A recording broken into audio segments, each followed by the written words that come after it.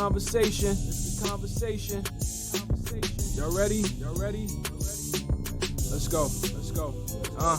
No filter, no restrictions. You about to get my opinion in its purest form. So my words, don't try to spin them. What I said is what I said. And what I said, I meant it. The gloves are off now when I'm coming out swinging. So engage in verbal combat, but you better be ready. Cause this here for me is light work, even if the topic's heavy. I'm ready for it all with no running from nothing. You just take the time to digest what I put in, no rushing. But time is moving, don't waste it. You want the real, come and face it. Come sit and talk to me if you want it straight without a chaser. And it might burn a little when you step on up to taste it. But it's nothing harsh, I promise. Just a little conversation.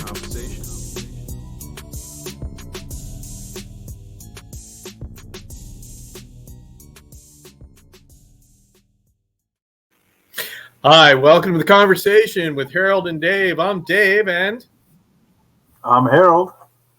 Right, and so today we're going to talk about whether the United States should continue the level of support to foreign nations. And Harold, why are we talking about this, do you think? And what do you think about this? Well, considering what's going on right now in Ukraine and between Ukraine and Russia, we're wondering who's really allied with us and who's not. And in many instances, and over several, I guess you could say, decades, if not centuries, the United States has written checks to foreign countries providing some level of support. And my assumption, because again, I'm not a political science person here, is that they're expecting something in return, i.e. an alliance, i.e. some level of an agreement, so that we can make sure that we know kind of where they are, what to expect from them, but more importantly, that they're no longer or not an enemy of any sort. So maybe you can kind of give me a deeper understanding of this whole notion of foreign relations and compensation and support. Yeah, well, I think there's that kind of misnomer out there that the U.S. has been writing checks to everybody for everything, although it is very clearly once upon a time, the story would be this: the United States gives more foreign aid than any other nation in the world. Remember back in the day, the free world, we would have put that qualifier right, because it would have been that whole other world. We don't know what they're doing. Today, when they count aid in terms of concessional loans and things to people, the U.S. is still high on, number one on the list with, depending on the categories, the total aid we give is about $50 billion. Our development assistance, I believe, is more along the order of 35 billion-ish. I mean, it changes.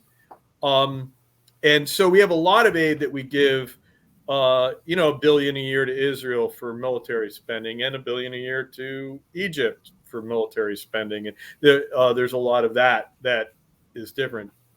The thing that's changed that I think is really interesting is China is out there now. And China, well, to finish the original thought, once upon a time, I would have had to point out that as a percentage of GDP, countries like Norway and Sweden and Canada, there's that whole percentage of GDP thing that Norway's 10th on the list. But because it's a small country, they're pound for pound giving more than us. And that's usually the scolding political science. So we're really not as generous as we like to think we are. The thing though is that as this came up, one of the things I was looking at is, China's out there and they're forking out on their Belt and Road Initiative.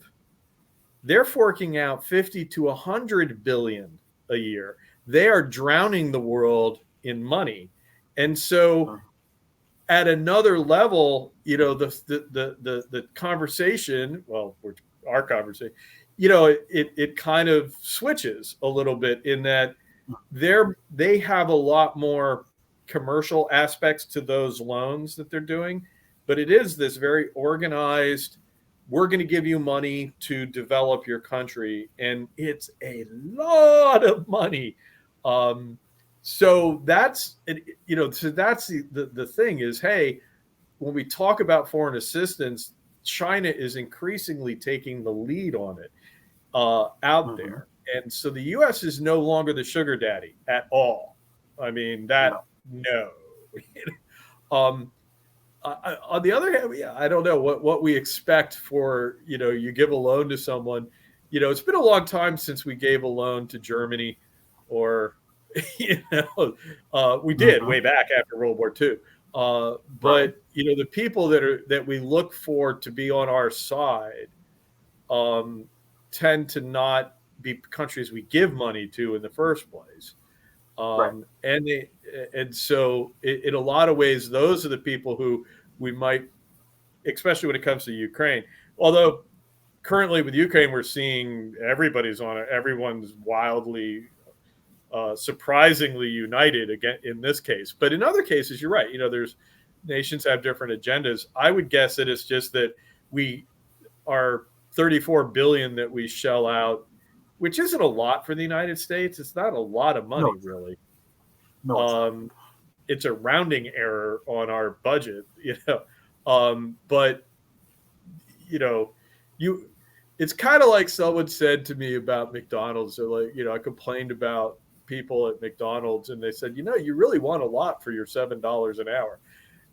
Yeah. And when you're giving a poor country money to dig or to immunize people or to build roads, it's like, well, I mean, how much do you really want from that, right?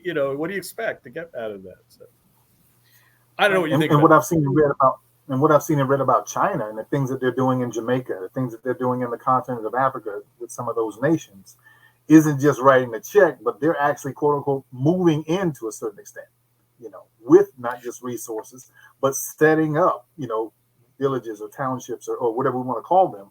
So there's a long-term, I guess you can say, investment to where they're looking to broaden their take or their stake in that particular area. Well, one reason that they've created another category of spending, that the term is they're less concessional, these loans. Mm, And China will very much, if you're going to build a road or you're going to do they want you to hire Chinese firms to exactly. do it.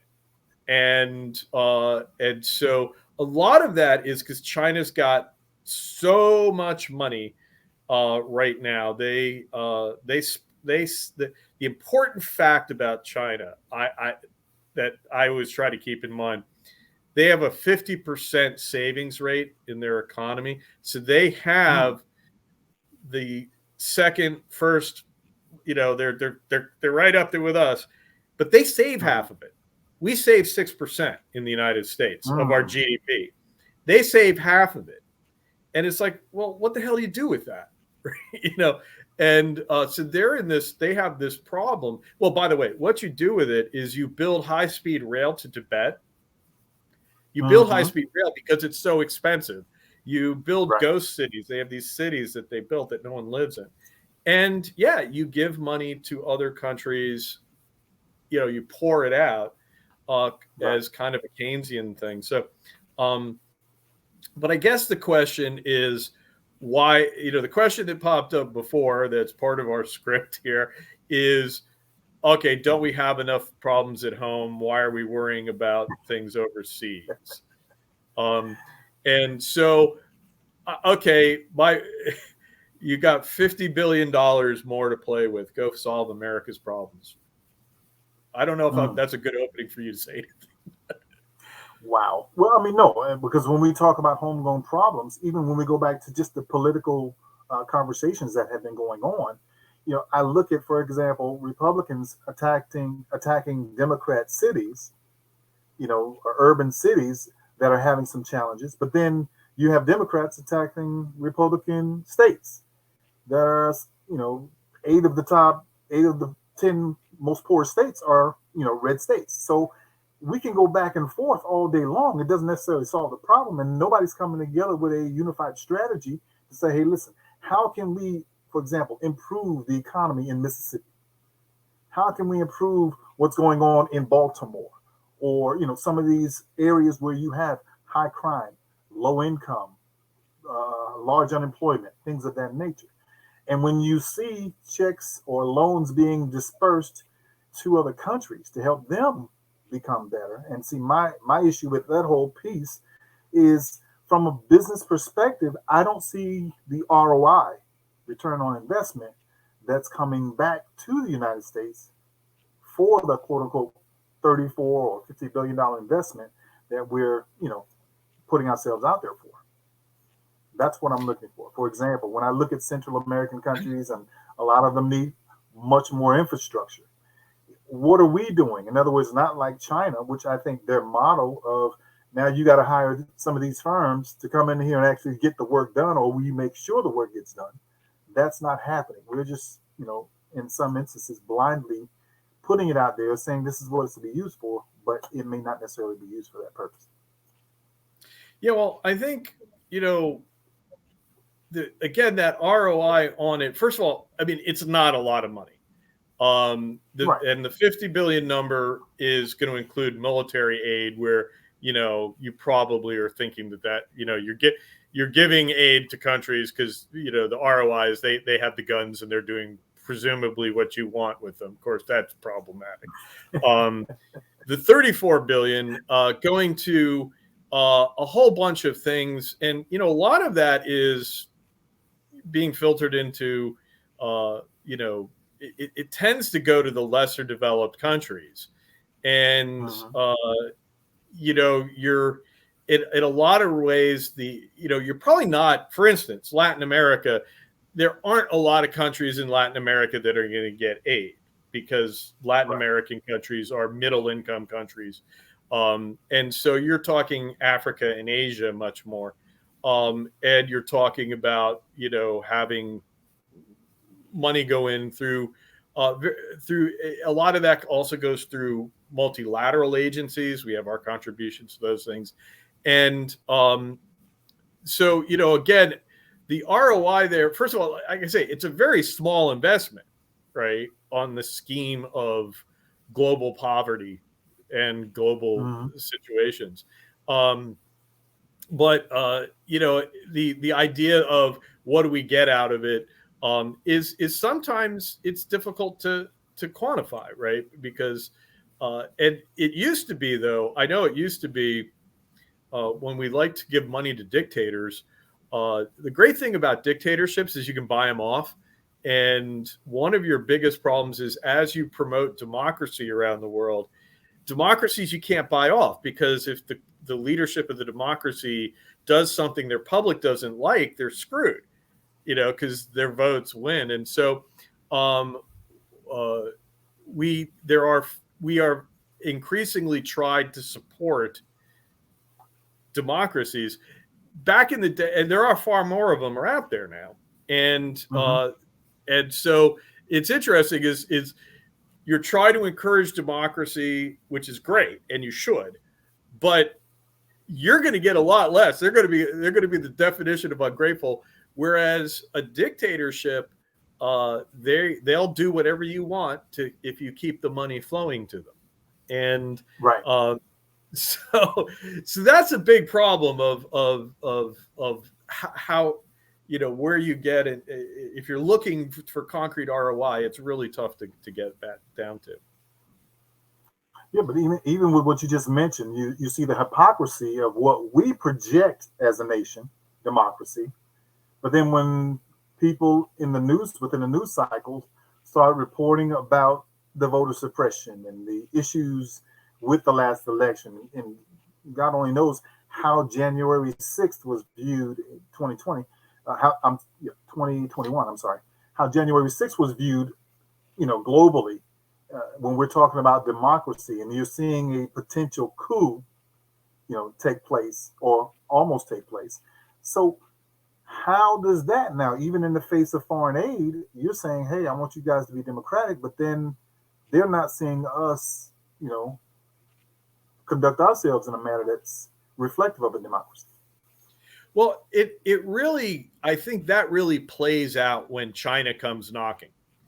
That China comes in and says, they're telling you that you need to be democratic. And we have a different model, and look what we've done in our country. We have dramatically lowered poverty rates in our country to the extent that we've lowered the global average, or the global numbers of poverty. Global poverty has nosedived, most of it because China has developed. India is helping out in that too. But so when they go knocking on countries, they come in and say, hey, we have a different model. And so that's where I think,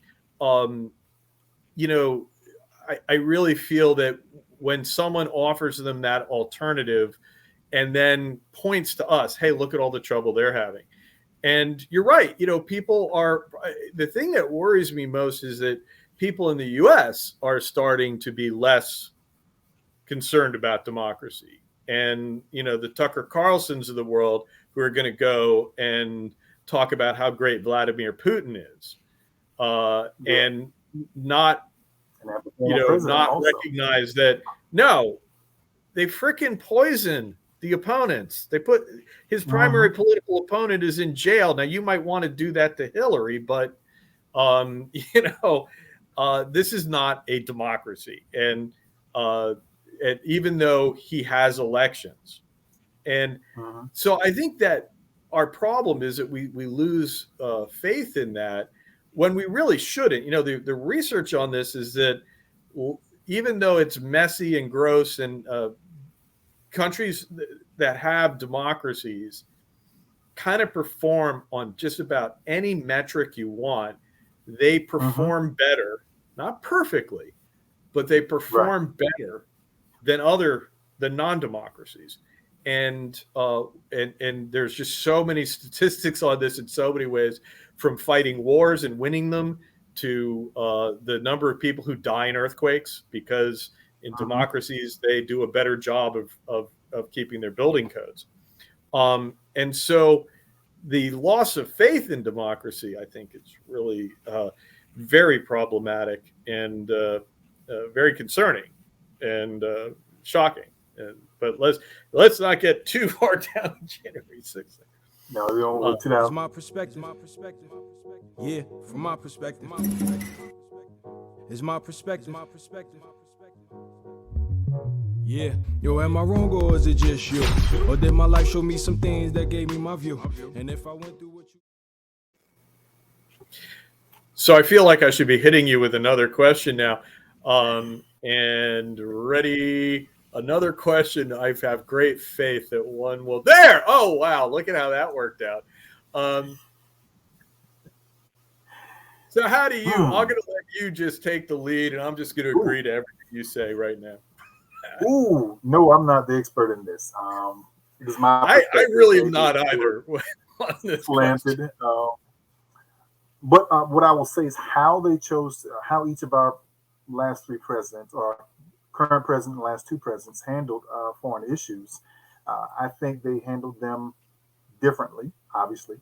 I think, part of the problem that we have in this country, and to kind of give some background, is when you do some research, when you look at what happened with, say, for example, Jimmy Carter, when he ran against Reagan, and that whole thing played out with the Iran, I guess, what was it, the hostage situation. And then you find out after the election that there was a call made to Iran to hold the hostages until after the election and then release them. And so we have a lot of individuals within the country, and this is something that I had read in a previous publication, but we have individuals who will actually do things behind the scenes to encourage foreign nations not to do the right thing when it's time to do the right thing, but for their political benefit. And unfortunately, this taints our system of government. It taints our officials, and it taints what we stand for, or what we're supposed to stand for as an entity. And so when I see some of the things that have transpired, how Barack Obama, he was one that wanted to always use diplomacy. He wanted to always use diplomacy. Let's be diplomatic. Let's talk. Let's see if we can work it out. I feel strongly that our previous president, he didn't appear to be as democratic, or as diplomatic, I should say.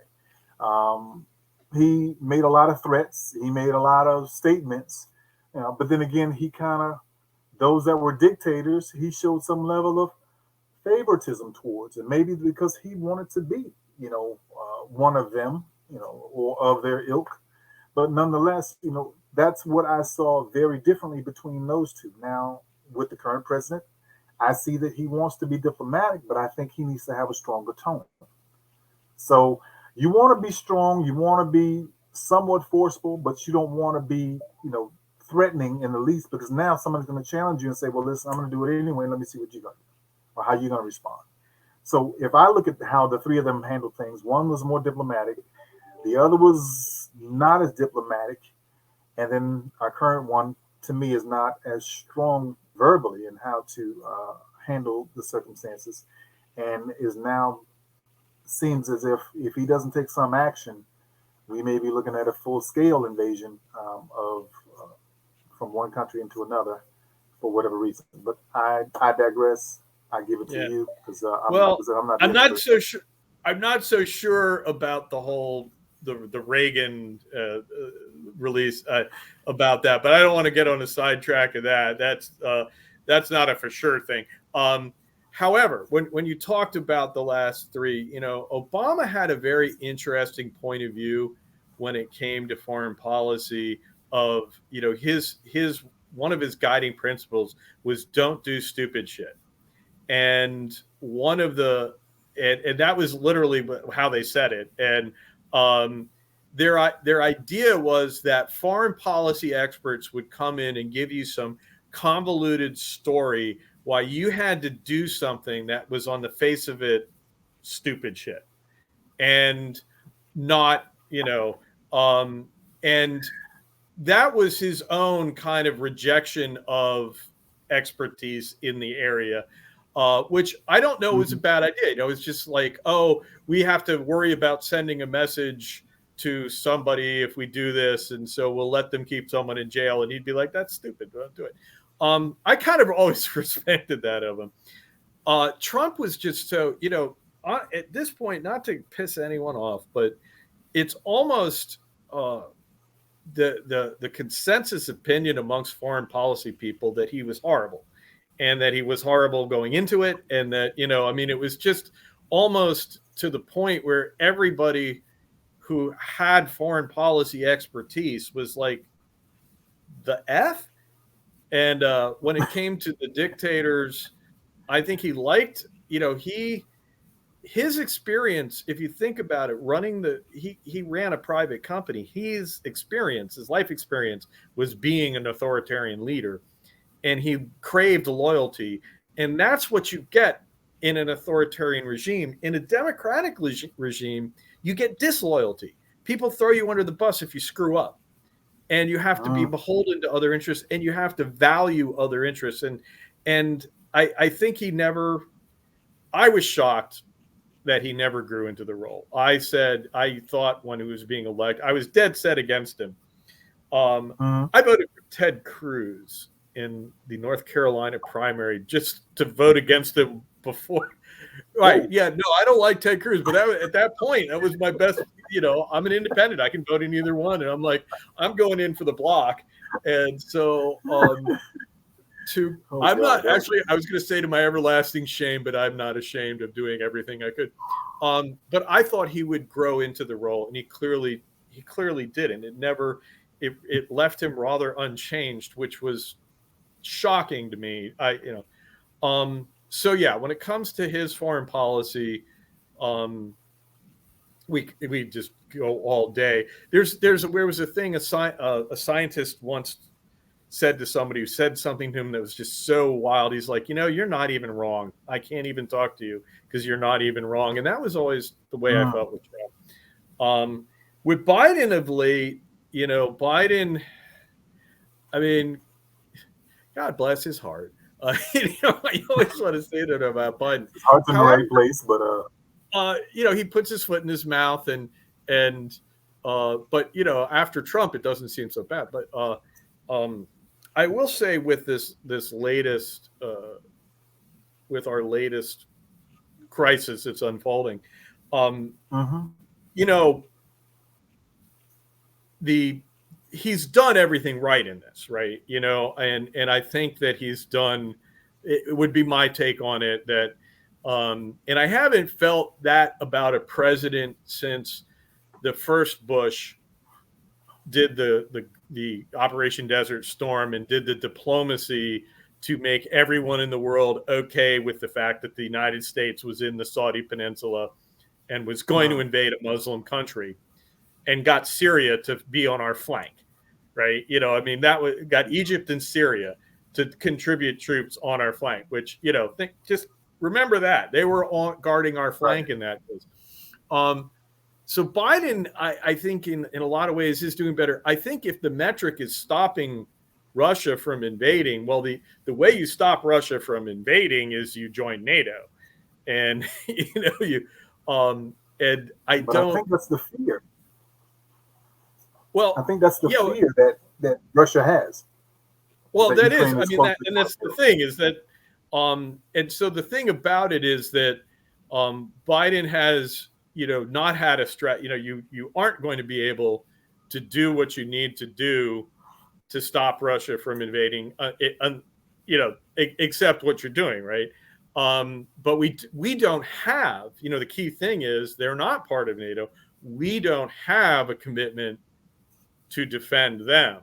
We have a commitment to defend Estonia, Latvia, Lithuania, Poland, right? All nations that are on also bordering, and so it is interesting. I will say this though: one of the things that has come out is like, hey, you could, maybe if you told Russia, okay, we're not going to have. We're not going to have them join NATO, right? Give Russia what it wants. There's one guy who's written an opinion piece to that effect. If you just, having them in NATO, they clearly don't belong in NATO. We don't want them in, why not just say, okay, we aren't going to do it? And, now there are a lot of reasons that I say no, but to do that would be a very big problem for NATO. And so NATO is unwilling to, to say that we won't take in a country, right, into NATO. And I sometimes wonder, go back to the Obama administration, hey, look, you have no intention of adding Ukraine to NATO. That there's, that's not going to happen. Certainly not going to happen in a while. Why not offer a moratorium on it or do something on it?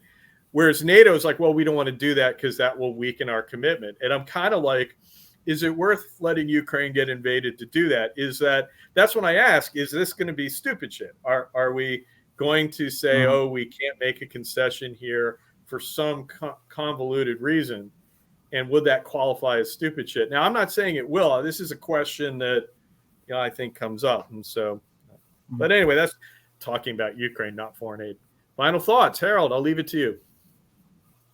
Well, this whole notion, of, foreign support or support for foreign nations is, like you said, it can be very convoluted. And, if we're not careful, if we're not strategic, if we're not making sure, again, and I always talk about ROI because I'm a business major. That's my thought. If you're coming in and we're investing, we want to see some results. It doesn't necessarily mean that it has to reciprocate exactly dollar for dollar, but we want to see some progress going on, because when you look at from a longitudinal standpoint, if you're giving 34 billion a year, 50 billion a year, over 20 years, you're almost at $2 trillion.